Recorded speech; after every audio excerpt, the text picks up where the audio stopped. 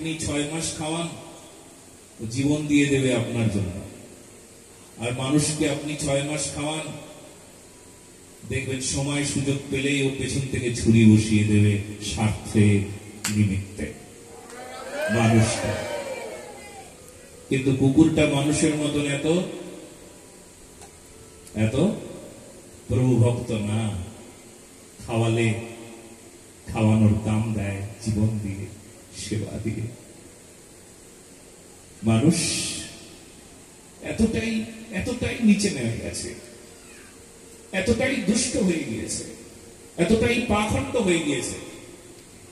বাঁচার উপায়, দুবাহু তুলিয়া গৌরাঙ্গ বলিয়া লইব গৌরাঙ্গ শরণ। কার শরণ নেব? গৌরের শরণ নেব। শরণ নিয়ে গৌরের হব। কার হব? গৌরের হব। কার হব? গুরুদেবের হব। কার হব? ভগবানের হব। গুরুদেব, আমি তোমার হব। যদি একবার গুরুদেবের হতে পারলাম, তাহলেই আমার জীবন ধন্য হয়ে যাবে। চলুন আমরা এই ভজনটা সকলে মিলে আস্বাদন করি। দুবাহু তুলিয়া গৌরাঙ্গ বলিয়া লইব গৌরাঙ্গ শরণ। গৌরাঙ্গের হইব, গৌরাঙ্গ বুঝিব, লইব গৌরাঙ্গ শরণ। কার হব? গৌরের হব। হৃদয়ের পাপ তাপ বা হৃদয়টাকে যে পশুর মতন করেছি, সেই পশু হৃদয়ে যদি একবার গৌর জাগে, তাহলে কল্যাণ হয়ে যাবে। চলো না আমরা সবাই পশু হৃদয়ে গৌরকে জাগাই। আপনাদের কথা বলবো না, আমার কথা বলবো। মাতৃস্বরম যে এ পশু হৃদয় আমার, সেই পশু হৃদয়ে একবার গৌর জাগুক, গৌর চরণ এই পশু হৃদয়ে লাগুক। যেমন ঝাড়খণ্ডের পথে মহাপ্রভু চলতে চলতে একটা হিংস্র পশু, একটা বাঘের গায়ে তার চরণ লেগে গিয়েছিল। বাঘ প্রেমিক হয়ে গেল। একটা পশু, সেও প্রেমিক হয়ে গেল। আমি মানুষ হয়ে পারলাম না। চলুন দুটো হাত উপরে তুলুন, সকলে মিলে একসঙ্গে।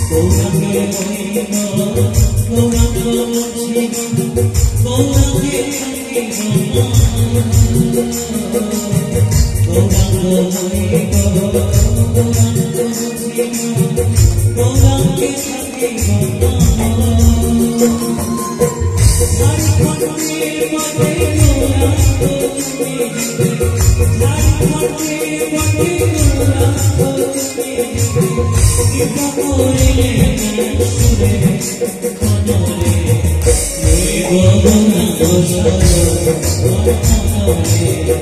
লইব গৌরাঙ্গ দুবাহু তুলিয়া দুবাহু তুলিয়া লইব গৌরাঙ্গ মনরে লইব গৌরাঙ্গ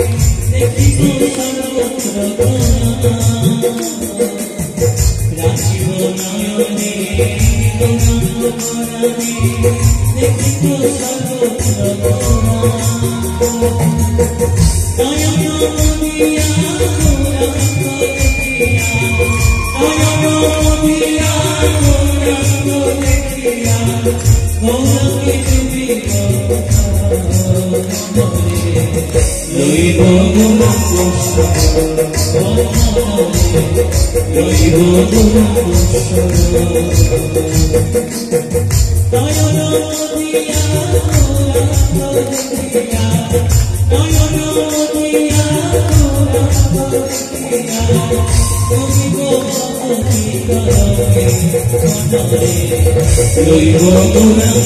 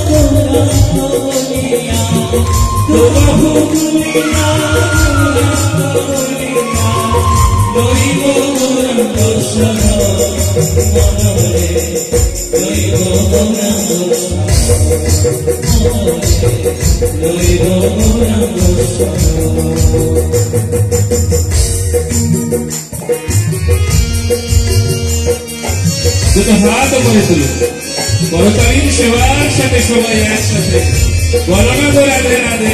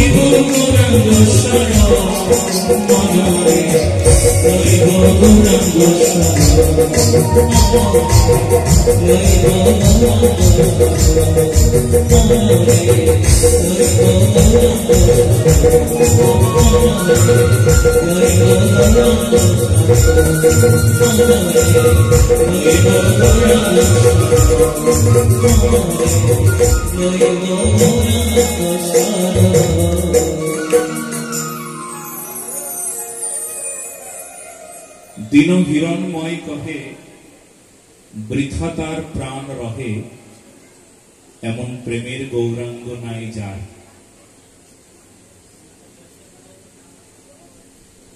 যার এমন প্রেমের গৌরাঙ্গ নাই, তার বৃথা প্রাণ, বৃথা দেহ, বৃথা চল।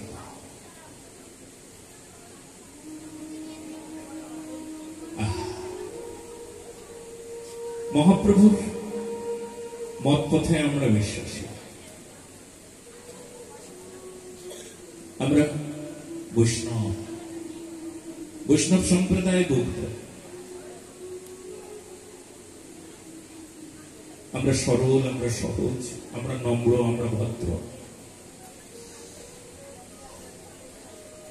ভদ্র ভাষায় আমরা কথা বলি, নম্র ব্যবহার করি, কিন্তু মূর্খেরা বলে লোকটা দুর্বল।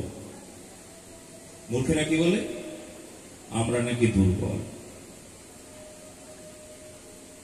গলায় তুলসীর মালাকে অপমান করে দিল কি বিধায়ক কলকাতার কাছে? নাম নিতে নাই, এই পবিত্র ব্যাস মঞ্চে এই নোংরা মানুষগুলোর নাম নিতে নাই। বৈষ্ণব সম্প্রদায়কে অপমান করলো, সনাতন ধর্মকে অপমান করে দিল। গলায় তুলসীর মালাকে অপমান করে দিল। গতকালেরই গত পরশু দিনের ঘটনা, তুলসীর মালাকে অপমান করে দিল। এখানে যারা আছেন সবাইকে অপমান করলো, যারা শুনছেন সারা বিশ্বের সকল সনাতনী সবাইকে অপমান করে দিল। কি বললো জানেন? কি বললো শুনবেন না? ও মুখ দিয়ে আসবে না, তবে একটু শুনুন। আপনারা নাকি গলায় তুলসীর মালা নিয়ে টাকা আনতে যান, আপনারা নাকি ভাতা আনতে যান। তুলসীর মালা গলায় নিয়ে আপনারা কি সাহায্যের জন্য যান?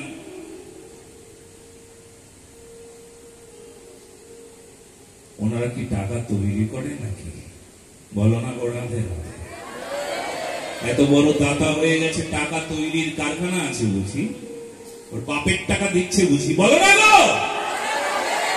সনাতনীদের অপমান করা, ভগবত ভক্তকে অপমান করবার স্পর্ধা কেন পায় জানেন?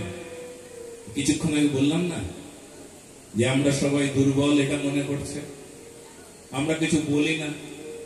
চৈতন্য মহাপ্রভু যখন ওই হাতে মশাল জ্বালিয়ে নিয়ে চাঁদ কাজীর দরবারে গিয়েছিল, সেই কথাটা আপনাদের ভুলে যেতে নাই। সেই কথাটা প্রতি মুহূর্তে আপনাকে হৃদয়ে আনতে হবে। আমরা সেই চাঁদ কাজীকে দলন করবার ওই রকম শক্তি আমরা পেয়েছি ভগবান চৈতন্য মহাপ্রভুর কাছ থেকে। ভুলে গিয়েছি আমরা? ভুলে গেছি? প্রতি মুহূর্তে আমাদের অনুভব করতে হবে।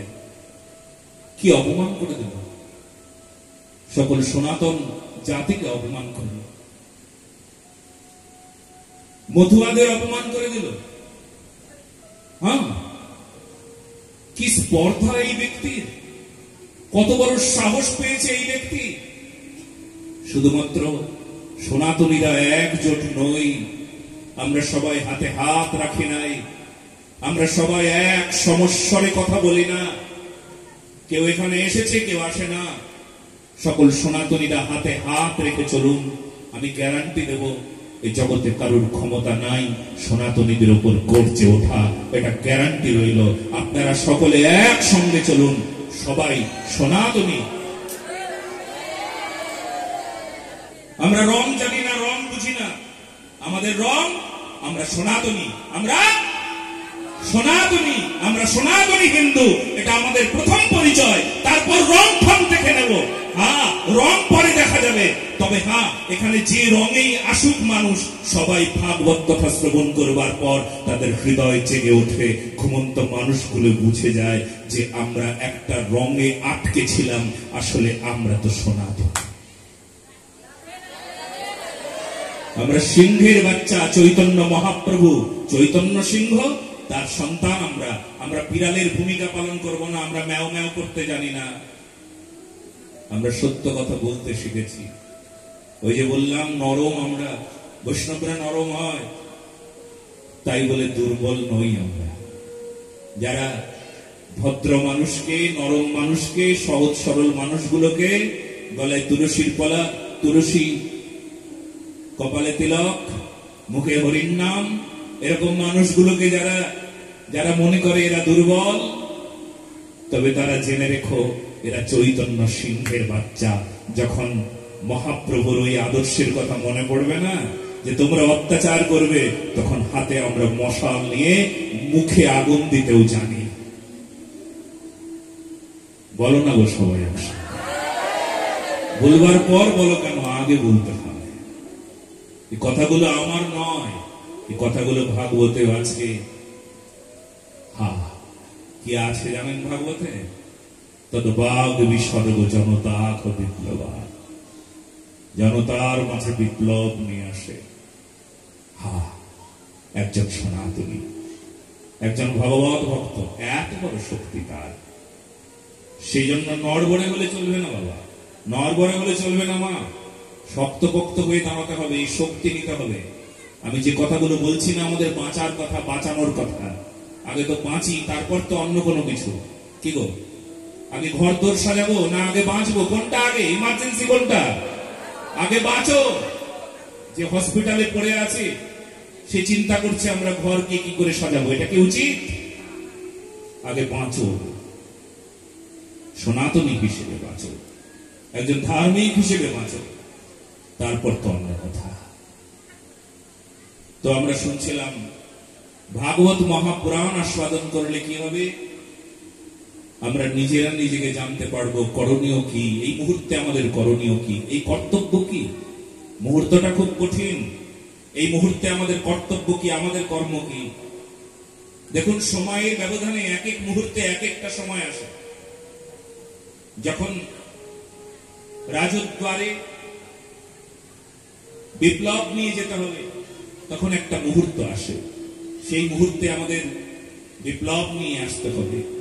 সমাজের মানুষদের সুশিক্ষা, ধর্ম শিক্ষা, এই শিক্ষার প্রচার করতে হবে, নতুবা প্রতিটি মানুষ অবহেলায় কেবলমাত্র বই পুস্তক পড়ে তার জীবনে কোনোদিন সমাধান হবে না, হতে পারে না। কত বই পুস্তক পড়া, কত শিক্ষিত মানুষ আছে, তাদের জীবনে সমাধান নাই, এটা আমরা দেখেছি। তবে এই সমাধানটা আমরা ভাগবত মহাপুরাণের কথায় আমরা দেখেছি। ভাগবত কথা শ্রবণ করবার পর সমাধান হয়েছে, সকল সমস্যার সমাধান হয়ে গিয়েছে। সেই জন্য মায়েরা এখন একটু সচেতন হতে হবে, ভালো করে একটু সচেতন হও। মেয়েটাকে একটু শিক্ষা দাও, মেয়েটাকে পড়াও, গীতা পড়াও। মা গীতা, ওই শ্লোকটা, ওই মন্ত্রটা ওর কানের ভেতরে প্রবেশ করুক। স্বধর্মে নিধনং শ্রেয়, পরধর্মে ভয়াবহ। নতুবা তোমার মেয়েটি কিন্তু লাভ জিহাদের শিকার হয়ে ঘর থেকে বেরিয়ে যাবে, তখন চেঁচালে কোনো লাভ হবে না। তখন তোমার মেয়ে ভিডিওতে সবাইকে বার্তা দেবে, কি বলবে? আমি খুব ভালো আছি, আমি খুব সুখে আছি, আমার উপর কোনো চিন্তা করতে হবে না। বাবা মা তোমাদের ভিডিও বার্তায় সবাইকে বলবে, বাবা মা কোনো চিন্তা করো না, ছেলেটার বিরুদ্ধে কোনো কিছু করো না, ওদের কোনো দোষ নাই, আমি নিজের ইচ্ছায় এসেছি।